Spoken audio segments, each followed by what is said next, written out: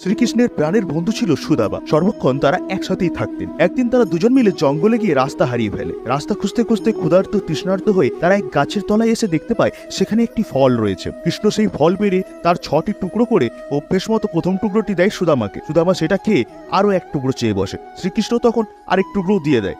এইভাবে সুদামা ফলের 5টি টুকরো খেয়ে শেষ করে দেয়। এবার সুদামা বেঁচে থাকা শেষ টুকরোটি চাইলে কোন শ্রীকৃষ্ণ রেগে গিয়ে সুদামাকে বলে সেও ক্ষুধার্ত, তাই সুদামার উচিত অন্তত একটা টুকরো তার জন্য রেখে দেওয়া। শ্রীকৃষ্ণ সুদামাকে ভালোবাসে বলে তাকে প্রথমের টুকরোগুলো দিয়ে দিলেও সুদামা শ্রীকৃষ্ণকে মোটেও ভালোবাসে না।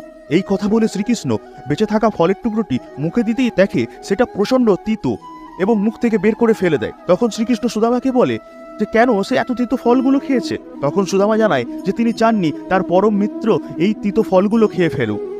এই কথা শোনার পর শ্রীকৃষ্ণ সুদামাকে জড়িয়ে ধরে। ভিডিওটি ভালো লেগে থাকলে অবশ্যই একটি লাইক দিয়ে কমেন্টে লিখুন জয় শ্রীকৃষ্ণ।